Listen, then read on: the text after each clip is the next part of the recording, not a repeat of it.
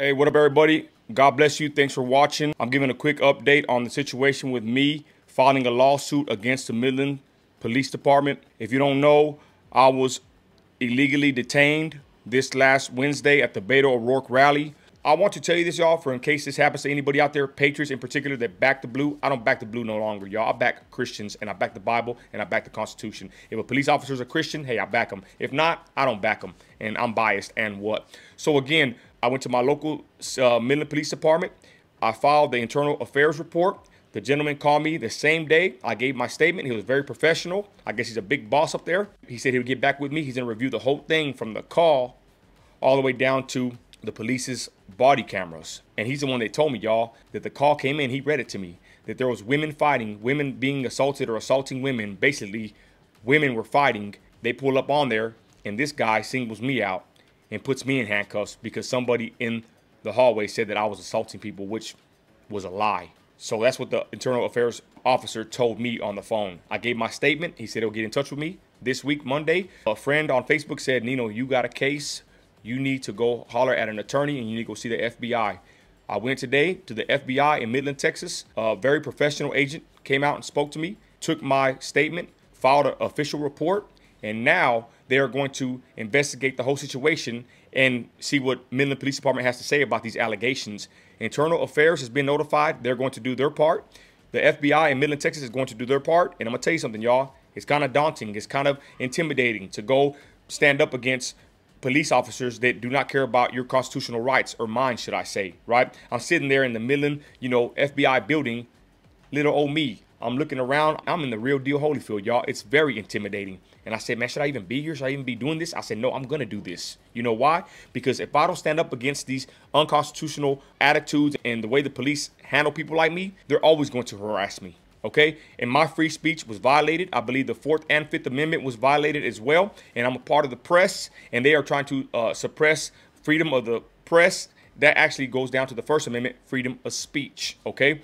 So again, I talked to the agent, should I say, very nice gentleman, very professional, and he said, yes, we're going to look into this. If you want to get a lawyer, you can do whatever you want to do, sir, but we're going to take this very seriously.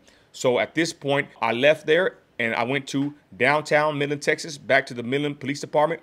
I filed my report to get the police report sent to me. They're going to email it within 10 days, God willingly. And I also checked on the internal affairs investigation. That's still ongoing. So that's just an update for anybody that's been following me, y'all. Follow along this journey. It's going to take some time. A brother, a Christian conservative in Odessa called me, said he had almost the same situation, somewhat similar in Odessa with his wife and family. He'll tell the story later. I'm going to interview him. And basically, he said, brother, you have a case. First of all, that officer going in there and grabbing you, think about this, y'all. It's kind of scary. Him going in there and grabbing you off of the hearsay of a woman, a stranger in a hallway, telling him that you assaulted people, and he didn't even do his due diligence to even see if this was true.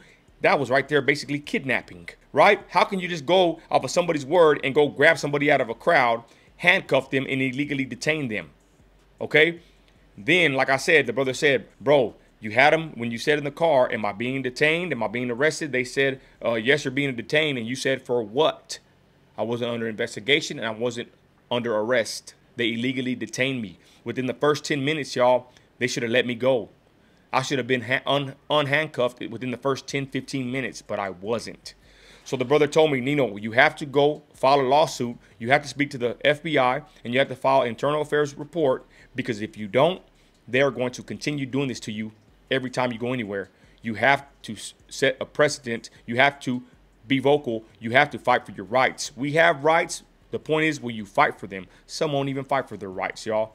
I'm not playing these games. I was illegally arrested a long time ago when I was street preaching. Dropped the charges on me, y'all. But I didn't know about free speech, Constitution. I don't know nothing about that. Now I know. So again, the brother told me, you got a slam dunk case, Nino. I guarantee you, you will win. He said that he won a $70,000 settlement against the city of Odessa. It's not about the money. Hey, I'll take 100 grand. I'll take 200 grand. I'll take a milli, right? But it ain't about the money. The point is, I want them to leave me alone. If I'm out in public, they need to leave me alone. And I'm doing this video, and I want you to follow along with me. You know why?